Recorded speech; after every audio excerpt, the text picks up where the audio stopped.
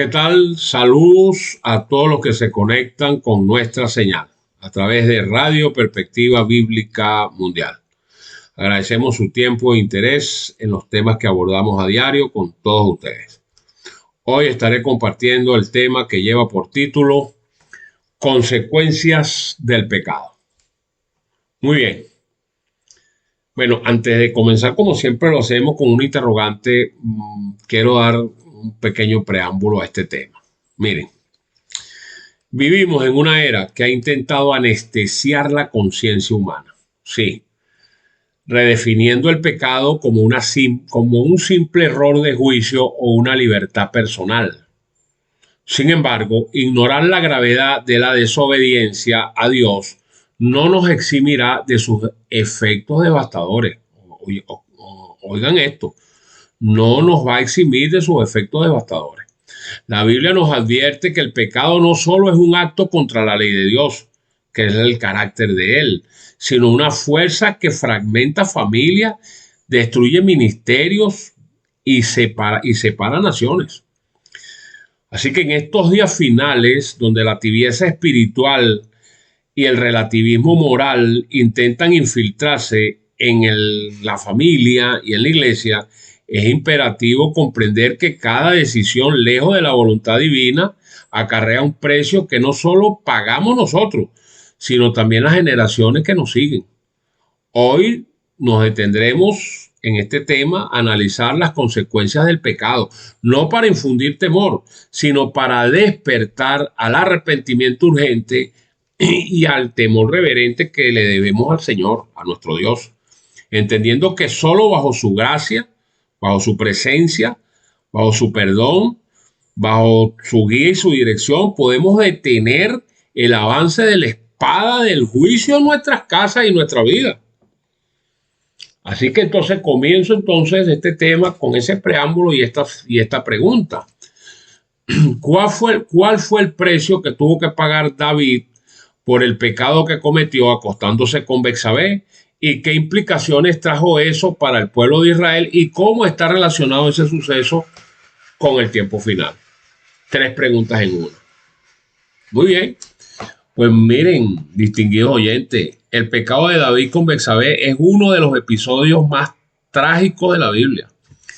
No solo por la falta moral en sí del mismo, sino por el efecto dominó que causó eso, del juicio que desató sobre su casa y sobre la nación.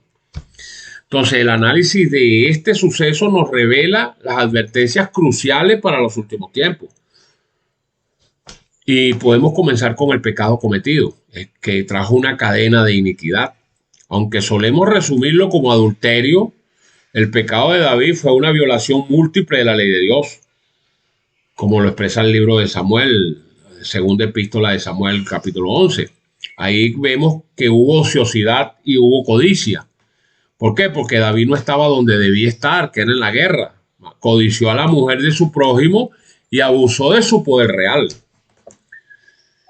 Vimos ahí en ese capítulo en adulterio. También, por supuesto, se acostó con Betsabé violando el 7º mandamiento. Y vimos engaño y asesinato, que para ocultar el embarazo de Betsabé intentó engañar a Urías, que era el esposo de Betsabé, que era su comandante. Y al fallar, entonces ordenó su muerte en el frente de batalla, violando con ello entonces el 6º mandamiento. Ahora, esto trajo un precio. Sí, se tuvo que pagar un precio. Y fue que la espada no se iba a apartar nunca de su casa. Así lo dijo la Escritura. Dios perdonó el pecado de David, sí, pero en cuanto a su salvación eterna, tras su arrepentimiento, porque lo expresa el Salmo 51, pero trajo consecuencias terrenales y fueron devastadoras e inevitables. De ello podemos dar fe en 2 de Samuel 12, del 10 al 14. Dice, por lo cual ahora no se apartará jamás de tu casa la espada, por cuanto me menospreciaste y tomaste la mujer de Urías Eteo para que fuese tu mujer. Entonces así ha dicho Jehová, he aquí yo haré levantar el mal sobre ti, sobre tu misma casa, y tomaré tus mujeres delante de tus ojos, y las daré a tu prójimo, el cual yacerá con tus mujeres a la vista del sol. Porque tú lo hiciste en secreto, mas yo lo haré todo delante de todo Israel y en pleno sol. Entonces dijo David a Natán, que era el profeta, pequé contra Jehová. Y Natán dijo a David, también Jehová ha remitido tu pecado, no morirás. Mas por cuanto con este asunto hiciste blasfemar a los enemigos de Jehová, el hijo que te ha nacido ciertamente morirá. Y eso fue apenas en la breboca, ¿ok? Entonces, haciendo referencia a la segunda epístola de Samuel, capítulo 12, cuando el profeta Natán confrontó a David con la parábola del hombre rico que robó el único cordero del hombre pobre, léanlo completo allá en 2 Samuel 12, pues David, lleno de ira, no sabía que era contra él eso, de una ira justa, e ignorando que la historia hablaba de él, pues sentenció lo siguiente. Está registrado allí en 2 Samuel 12, versos 5 y verso 6. Dice, entonces se encendió el furor de David en gran manera contra aquel hombre y dijo a Natán, vive Jehová que el que tal hizo es digno de muerte. Lo dijo David. Y debe pagar la cordera con 4 tantos, es decir, 4 veces su valor, porque hizo tal cosa y no tuvo misericordia. ¿Qué les parece? Entonces Dios, a través de Natán, perdonó la vida de David, la pena de muerte que le correspondía. Pero la justicia exigió el pago del cordero 4 veces más. Y estas 4 pérdidas se pueden enumerar de la siguiente manera. Los 4 corderos que David pagó fue el castigo por el pecado y se manifestó en la pérdida trágica y prematura de 4 de sus hijos. Oigan esto, 4 de sus hijos, lo que trajo un dolor inmenso y un juicio a su casa. El primero, o el primer cordero que tuvo que pagar fue el hijo de Betsabé. Con él, por supuesto. Este fue el primer golpe. El niño, fruto del adulterio, enfermó y murió a los pocos días de haber nacido, a pesar de los ayunos y los ruegos de David. Eso lo registra 2 Samuel, capítulo 12, del 15 al 18. El segundo cordero fue Amnón. Amnón era el primogénito de David, su primer hijo. Violó a su media hermana Tamar. 2 años después, su hermano Absalón, que era el otro hijo de David, lo asesinó en venganza, cumpliendo la profecía de que la espada no se apartaría de la casa de David. Y eso lo registra 2 Samuel, capítulo 13, del 28 al 29. Vemos también entonces un tercer cordero. Vemos entonces a Absalón. Sí, Absalón, el hijo amado de David, la niña de sus ojos, se rebeló contra él. Usurpó el trono por un tiempo y finalmente fue asesinado por Joab, el otro hijo de David, durante la batalla, sumiendo a David en un luto inconsolable. Lo registra 2 Samuel 18:33. Y también hubo una vergüenza pública. ¿Por qué? Porque Absalón, así como David pecó en secreto, Dios permitió que sus propias concubinas fueran deshonradas públicamente por su hijo, cumpliendo la profecía de Natán. Y el cuarto cordero fue Adonías. Adonías intentó usurpar el trono cuando David envejecía, oponiéndose a Salomón, que era su otro hermano, que era el heredero elegido por Dios y establecido por David. Eventualmente tuvo que ser ejecutado por orden de Salomón tras la muerte de David. Y eso lo registra Primera de Reyes, capítulo 2, del 23 al 25. Entonces, ¿eso quedó allí? Eso no quedó allí, porque hubo implicaciones para el pueblo de Israel. El pecado del líder afectó directamente a la nación. Hubo inestabilidad política. La rebelión de Absalón sumió a Israel en una guerra civil donde murieron miles de israelitas. Hubo un desprestigio espiritual también. Natán le dijo a David, diste enorme ocasión a los enemigos de Jehová para blasfemar. Lo registra 2 Samuel 12:14. Entonces el testimonio de la nación santa quedó manchado ante las naciones paganas. Hubo mucho mal comentario allí. Y, por supuesto, una debilidad moral, pues el ejemplo del rey debilitó la estructura moral del pueblo, facilitando futuras divisiones del reino. Por eso el reino se dividió en manos de Salomón en dos, en el reino de Judá y el reino de Israel. Esto fue tremendo, ¿no? Por eso que después dice que ninguna casa dividida contra sí mismo permanece, sino que cae. Y ahí está la historia que ha venido pasando con Israel hasta los días de hoy. Ahora, vamos a ver eso con relación al tiempo del fin. Claro que sí, ¿Qué es lo que nos interesa? Ver lo que pasó allá para no pasar las mismas circunstancias al día de hoy, que también va a pasar. Pero los que se libren de estas circunstancias, pues salvarán su vida. Esa es la única diferencia.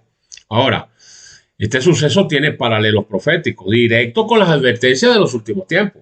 ¿Sí? ¿Por qué? Porque la Biblia en Primera de Pedro, capítulo 4, verso 17 al 19, dice que el juicio comienza por la casa de Dios.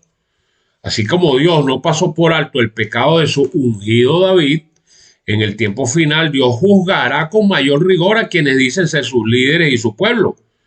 Sí, porque dice que el juicio comienza por la casa de Dios. Entonces la impunidad no existe en el tribunal divino, porque eso no es un tribunal terrenal, corrupto, no señor. Vemos, por ejemplo, la caída allá de los gigantes cuando David venció a Goliat, pero cayó ante una mirada. Y esto advierte a la iglesia remanente de estos últimos tiempos que en el tiempo final el peligro más grande no será la persecución externa de la bestia o el poder político y religioso que va a perseguir a los siervos de Dios, sino a través de la corrupción interna y de la sensualidad que desvían el corazón de la vigilancia. Hay mucha traición y la traición comienza por la casa de Dios. Ahora, dice la Biblia, aquí lo dice en Mateo capítulo 10, del 34 al 36, dice: no piensen que he venido para traer paz a la tierra, no he venido para traer paz sino espada, porque he venido para poner en disensión al hombre contra su padre, a la hija contra su madre, a la nuera contra su suegra, y los enemigos del hombre serán los de su propia casa. Entonces, en el contexto de los últimos tiempos, este pasaje advierte que la mayor persecución y traición provendrán de círculos íntimos debido a la polarización espiritual. Entonces, el pecado oculto y la marca de la bestia, pues nos dice que David intentó ocultar su pecado bajo una apariencia de piedad. En el tiempo final habrá un sistema religioso, la gran ramera de Apocalipsis 17, que aparentará santidad, pero estará llena de abominaciones. La historia de David nos enseña que todo lo oculto será manifestado bajo la luz del juicio final. Entonces hay una restauración tras el arrepentimiento también. La única esperanza para el pueblo de Dios en el tiempo final es el arrepentimiento sincero. David es el ejemplo de que aunque el juicio es severo, el perdón está disponible para quienes confiesan y abandonan su pecado antes de que se cierre la puerta de la gracia. ¿Qué podemos concluir? Pues que la historia de David y Betsabé es un recordatorio severo de que aunque la misericordia de Dios perdona la culpa eterna del arrepentido, el pecado siempre acarrea consecuencias terrenales. David dictó su propia sentencia y Dios en su justicia permitió que el castigo recayera exactamente como él lo habría pronunciado. La pérdida de 4 de sus hijos como pago por la vida de Urías y la paz que fue robada. ¿Qué enseñanza entonces podemos determinar en todo esto? Pues que el pecado de David nos advierte que los privilegios espirituales nos dan licencia para pecar. No, señor. En estos tiempos finales se nos llama a una santidad absoluta, entendiendo que nuestras acciones individuales afectan el destino de la comunidad y el honor del nombre de Dios ante el universo. Entonces, distinguidas audiencias, hasta aquí nuestro mensaje. No se pierda nuestro próximo tema. Les habló desde Venezuela José Barito. Es nuestra oración que el Señor bendiga su vida y la de su familia en gran manera. Dios les bendiga.